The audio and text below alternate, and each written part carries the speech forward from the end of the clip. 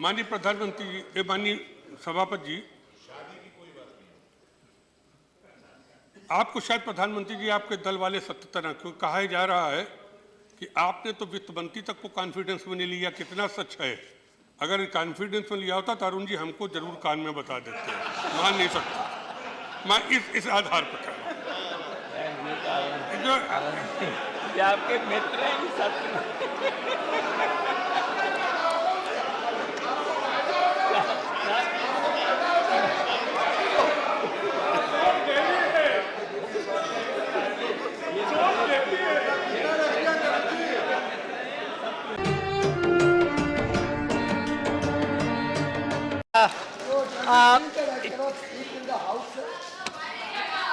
please. Honorable members, it's now 2 minutes to 1. एक minute. आपके मैं माननीय प्रधानमंत्री जी इधर मौजूद हैं। मैं रिक्वेस्ट करना चाहती हूँ कि जिस शांतिमय ढंग से तो काले धन को लेकर, नोटबंदी को लेकर जो डिबेट शुरू हुई है, हालांकि पिछले कई दिनों से हाउस इस बात को लेकर नहीं चल रहा था कि माननीय प्रधानमंत्री जी का ने खुद ये डिसीजन लिया और ये हाउस में नहीं आ रहे हैं, और पूरा विपक्ष चाहता था कि वो बैठें और बात भी सुने और अपना जवाब भी दें। लेकिन माननीय प्रधानमंत्री जी इधर आ गए हैं और अभी लंच होने वाला है। मेरी रिक्वेस्ट ये है कि लंच के बाद भी, क्योंकि ये डिबेट लगातार जारी रहेगी, माननीय प्रधानमंत्री जी इधर मौजूद रहें लंच के बाद भी। एक मिनट प्लीज मेरा माननीय सभापति जी ये भी कहना है प्रधानमंत्री जी से कि आपने जो नोटबंदी का फैसला लिया है तो काले धन पर अंकुश लगाने के लिए, तो हमारी पार्टी कोई उसके खिलाफ नहीं है, उसका समर्थन करती है। लेकिन आपका जो तरीका है, जो आपने तरीका अख्तियार किया है, मैं समझती हूँ वो ठीक नहीं है।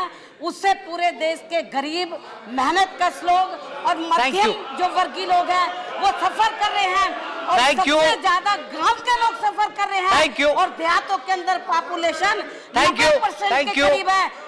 प्लीज माननीय सभापति जी, मैं ये बताना चाहती हूँ, कल सर्वे आ रहा था कि प्रधानमंत्री जी ने कुछ बिंदु रखे हैं। नहीं, आप अपने समय से भाषण दीजिए। इनके फैसले का समर्थन किया है, ये बिल्कुल गलत है। 90% से ज्यादा लोग आज भी एटीएम और बैंकों के बाहर जो लाइन लगाकर खड़ी है। मैं प्रधानमंत्री जी से पूछना चाहती हूँ, house stands adjourned for lunch for 60 minutes. लोग सही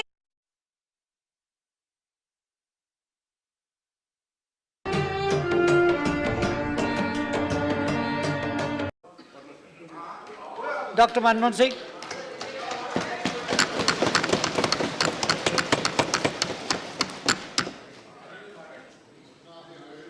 Mr. Chairman, sir,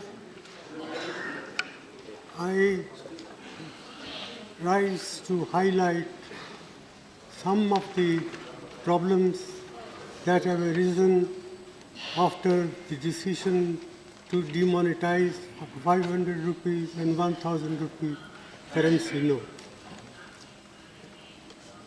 Prime Minister has been arguing that this is the way to curb black money, to prevent growth of forfeited currency note, and also to help in control of terrorist finance activities.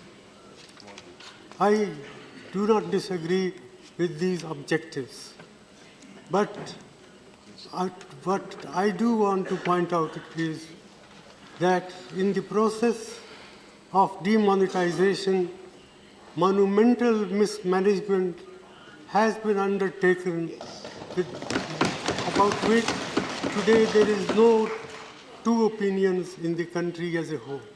Even those who say that this measure will do harm or will cause distress in the short run, but be in the interest of the country in the long run, well, I am reminded of what John Keynes said once, in the long run, all of us are dead. And therefore, it is important to take note of the grievances of the people, the ordinary people who have suffered as a result of this imposition on the country overnight by the Prime Minister. And I say so with all responsibility that the outcome, we do not know what will be the final outcome. Prime Minister has said that we should wait for 50 days. Well, 50 days is a short period, but for those who are poor and deprived sections of the community, even 50 days torture can bring about disastrous effect. And that's why about 60 to 65 people have lost their lives. Maybe more. And what is more is, what has been done can weaken and erode our people's confidence in the currency system and in the banking system. One, I would like to know from the Prime Minister the names of any countries he may think of where people have deposited their money in the banks, but they are not allowed to withdraw their money. This alone, I think, enough to condemn what has been done in the name of greater good for the people in the world. And, sir, I would further like to point out that, in my opinion, this scheme of monetization, the way it has been implemented, will hurt agricultural growth in our country, will hurt small industry, will hurt all those people who are in the informal sectors of the economy. And my own feeling is that the national income, that is the GDP of the country, can decline by about 2 percentage points as a result of what has been done. This is an underestimate, not an overestimate. Therefore, I feel that the Prime Minister must come with some constructive proposal how we can implement the scheme and at the same time prevent this distress that has been caused to the common people.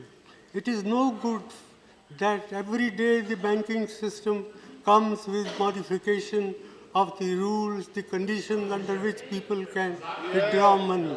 That reflects very poorly on the Prime Minister's office, on the Finance Minister's office, and on the Reserve Bank of India. I am very sorry that the Reserve Bank of India has been exposed to this sort of criticism, which I think is fully justified. I therefore not like to say much more than this. I urge upon the Prime Minister to find practical, pragmatic ways and means to relieve the distress of the people who happen to be a great majority of our people. After all, 90% of our people work in the informal sector. 55% of our workers in agriculture are feeling distress. The cooperative banking system, which serves large number of people in the rural areas, is non-functional, has been prevented from handling cash. So, in all these measures convince me that the way the scheme has been implemented, it's a monumental management failure, and in fact, it is a case of organized loot and legalized plunder of the government.